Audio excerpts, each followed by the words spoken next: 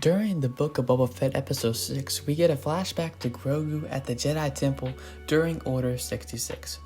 As you see here, this is inside the Jedi Temple, and this is Anakin's personal clone commander's the 501st. And from the angle that we see it, it looks like Grogu is being primarily protected by 3 other Jedi. That's from what we can see. And we can also see a little bit of one of them, but I'm not sure if we have seen these particular Jedi before. One thing I did notice is that Grogu was not with the other younglings, so that may have been a reason how he survived. And if he wasn't with the other ones, he must have had some sort of special ability that makes him possibly stronger and more potential. What I believe is that Anakin could have taken him and offered him to Palpatine, since we do know that the clones were near Anakin at this time. There was also the librarian that was near Grogu, Jocasta knew, but I'm not entirely sure if she even could have saved him. And my best guess would be Anakin did, and maybe Palpatine asked Anakin to take him as like a special request or something. However, from Revenge of the Sith, we can see from a different angle 2 green lightsabers and 1 blue one, just like we see from Grogu's perspective. So possibly this could be where Grogu is at, that we actually see in here and Revenge of the Sith. And we do hear that the clones are in a rush, as we hear them say, go, hurry, move. So I think that was after they had been doing this for a while, and someone might be behind them, or someone else popping out of nowhere to rescue Grogu.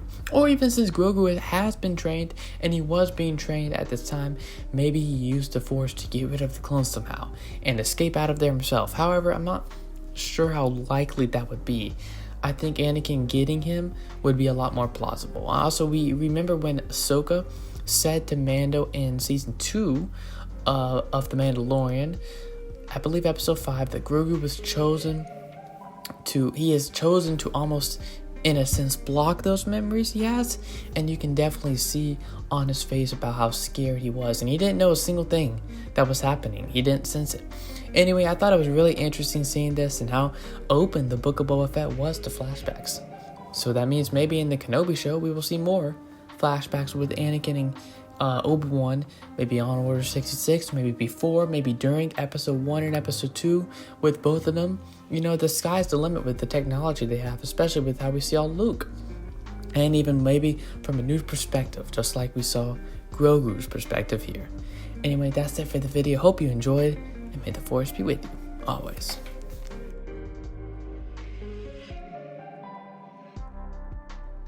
Well, since we've already... If you want to, Ian. No, what do you call it? See, I think Obi-Wan. Because, alright, hear me out. He took care of Luke and Leia, right? Protecting them.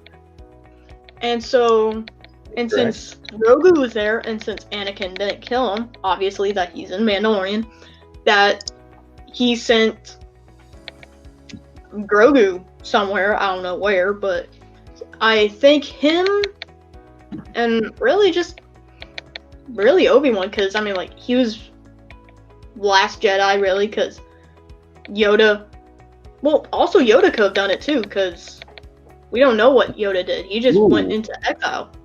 Yoda, and it could be like his grand. He's like, nobody's gonna kill my grandbaby, or my son, actually, not grandbaby.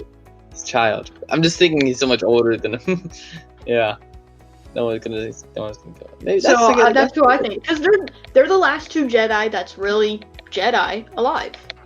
But what if it was a normal Jedi that like helped him escape before and then came back to Coruscant and got killed? Or I don't know. And maybe it wasn't a Jedi. Or maybe it was just somebody there. Maybe it wasn't a Jedi. It could have been the Grand Inquisitor. Someone who just saw him in help and went to go help him. Right. Saw that he was Force sensitive. Perhaps. Or I think he was getting trained. He was getting trained, I think, on Coruscant too, with other younglings, if I'm not mistaken. Yeah, he was. Because remember in Mandalorian, Ahsoka said that he was trained by many masters. Right. So he was trained. Okay. He hid his powers because he didn't know what people would do. Yeah, I think I'm gonna try this since my internet isn't that good. I see my cameras. I don't know. It's been acting up, but I'm getting it fixed soon because I just got like a, what do you call it? A Wi-Fi to boost my Wi-Fi. So hopefully that'll be better. So anyway, so you can hear me good, right? Yep. Mm-hmm. That's all that matters, my voice. Okay, so you think Obi-Wan or Yoda? Those are your two main options, Ian? Yeah, those are my biggest theories. Okay, nice. Yeah, I mean, that's a good idea. Good theory. Okay, you want to go next, Christian? So, let's see, what did I say? I said either Jocasta Nu or Anakin Skywalker, I believe is what I said. The reason being... That's right, yeah. The reason I believe it's Jocasta Nu is because we know that her place as the librarian, she was always in the temple. And we know that Grogu was hidden somewhere in the temple.